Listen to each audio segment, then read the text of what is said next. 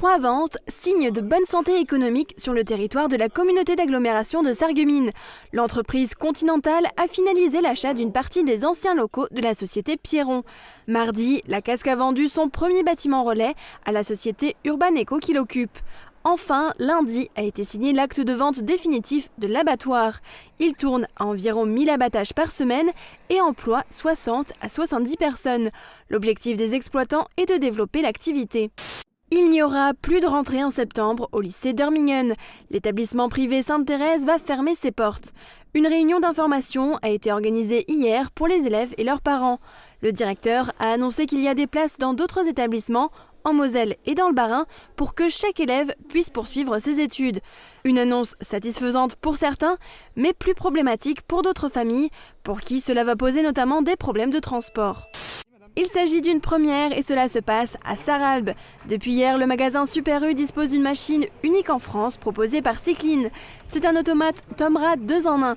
Il reprend le verre consigné et recycle également les bouteilles en plastique et les canettes. Les clients sont invités à utiliser cet équipement pour récupérer quelques centimes, voire quelques euros, le tout en économisant les ressources de notre planète. Un 6e titre de champion de France pour les lutteurs sarregueminois. Ils ont effectué un parcours sans faute cette saison, 3 victoires en match de poule, un succès écrasant 10-2 en demi-finale contre Mézières-les-Messes et une victoire 8-4 samedi soir en finale à Saint-Thirier-la-Perche face à Sotteville-les-Rouen, tenant du titre. Sarreguemines est championne de France par équipe, comme en 2003, 2006, 2008, 2010 et 2012. Elle s'appelle Mélodie, elle est la plus belle de Lorraine. Mélodie Kessler, 1m76, a raflé le titre de Miss Prestige Lorraine samedi soir à Clouange. La jeune femme de Meisenthal, âgée de 21 ans, sera en finale le 12 janvier pour le titre de Miss Prestige nationale. Une première expérience dans les concours de Miss pour cette étudiante en licence 3, informatique industrielle et systèmes embarqués, inscrite dans une formation diplômante sur 3 pays, France, Allemagne et Suisse. Après les lettres au Père Noël, place aux lettres aux Gilets jaunes. Après ceux de Hambar, ce sont les occupants du rond-point au croisement de la rue de Saint-Rinsmin et de la RD 662 qui ont reçu une lettre. Envoyée d'Ayange en soutien à leur mobilisation et au jeune Sébastien, renversé dans la nuit de vendredi à samedi. Pour les Gilets jaunes, ce courrier est aussi une officialisation de leur occupation du rond-point. Ils ont retrouvé leur chemin. Les ergots sont de retour dans la forêt de Sourtes. Ces petits oratoires mystérieux avaient été abîmés par le temps qui passe, mais des passionnés ont restauré bénévolement la vingtaine de maisonnettes. Elles doivent être toutes installées dans les prochains jours le long du sentier qui mène à la Paulus-Capelle. Bientôt de nouvelles plaques de rue à Sarreguemines. Au quartier Neunkirch, le nouveau chemin piétonnier sera baptisé Chemin des Sœurs et la nouvelle voie de circulation Chemin des Arboriculteurs. La rue, créée en face du foyer Amelie pour la construction du lotissement, portera le nom de Joseph Albe. Enfin, au lotissement Les Domaines de la Blise, une rue s'appellera Étienne Hinsberger et la seconde pourrait porter le nom de Jean Zettlinger. Créée en 2016, Radio Tessier s'intéresse aux événements du lycée, mais aussi à l'actualité de Beach. Aujourd'hui, la rédaction est composée de 9 lycéens de première qui se partagent différentes fonctions, rédacteurs en chef, chroniqueurs ou encore animateurs. Prochain projet, les élèves souhaitent créer leur propre web télé. Une tradition qui séduit petits et grands. Chaque année, une semaine avant Noël, le centre hospitalier spécialisé accueille une crèche vivante. 2 heures par jour, des employés des hôpitaux de Sarreguemines font revivre la naissance de Jésus. Les animaux de la ferme du CHS sont également mis à contribution. Cette initiative est reproduite chaque année depuis 16 ans. Elle attire un public divers, patients, enfants du personnel ou encore résidents de maisons de retraite.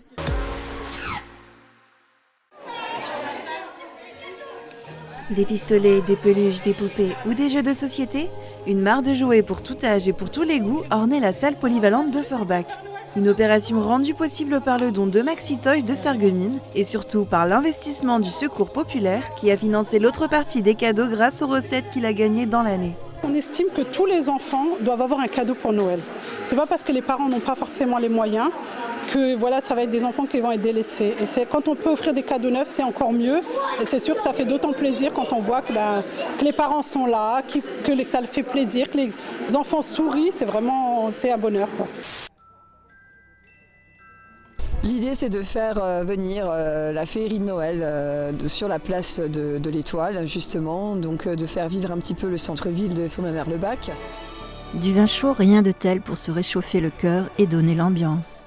Bière artisanale, produits italiens, savons, couteaux, biscuits et pâtisseries, véritable cœur de la manifestation avec des produits typiques de cette période de l'année. Apprentissage, création de liens, ouverture de regard, mixité sociale sont les mots qui ont convaincu les jurés du concours national s'engager pour les quartiers. Et ce sont les bases qui édifient le projet Coopérative Jeunesse de Service proposé par Cap Entreprendre pour Forbach. Un projet en cours d'élaboration depuis déjà 2 ans.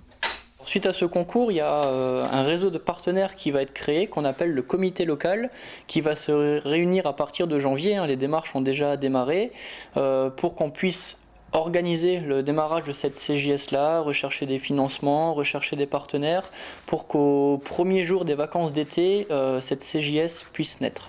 En Juste au cœur rose, Jade, Sarah, Margot et Charline vont enchaîner les passages sous les yeux du jury et de leur entraîneur Sylvie Herry.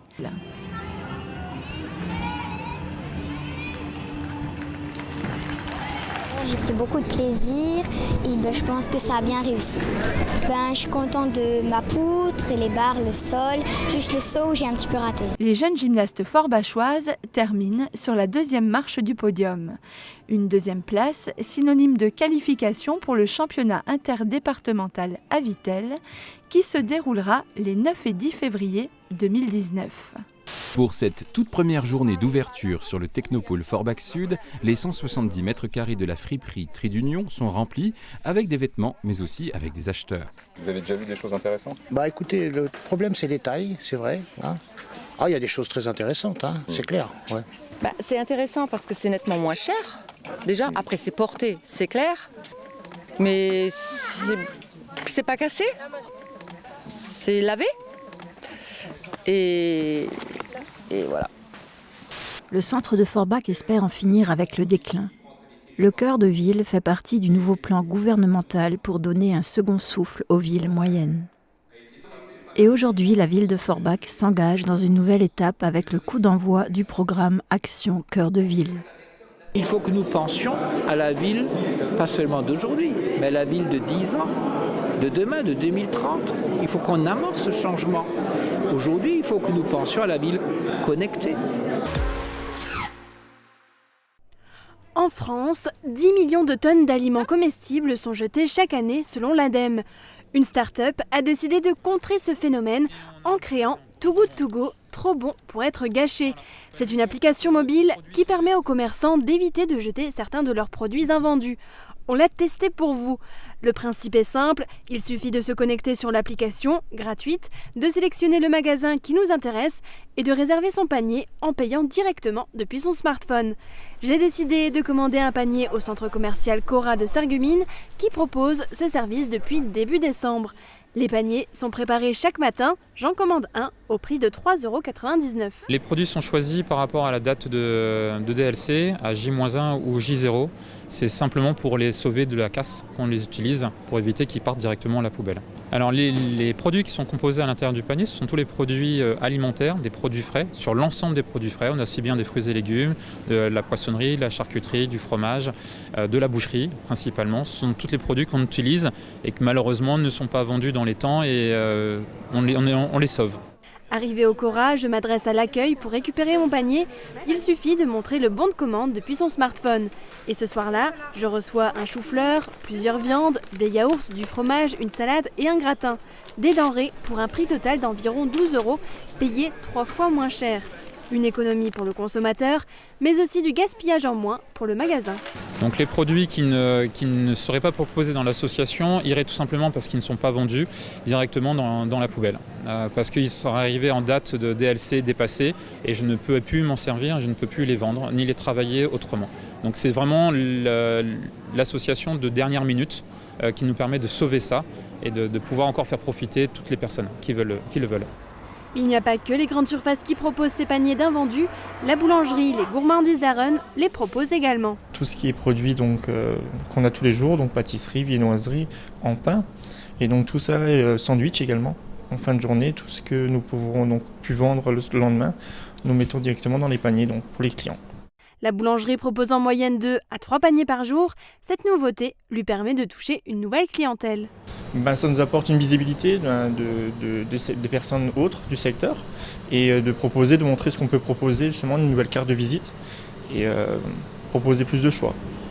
En Moselle-Est, le record de Großbiederstroff, le Cora de Longeville et Saint-Avold et le Leader Prize de Saint-Avold sont également inscrits sur l'application.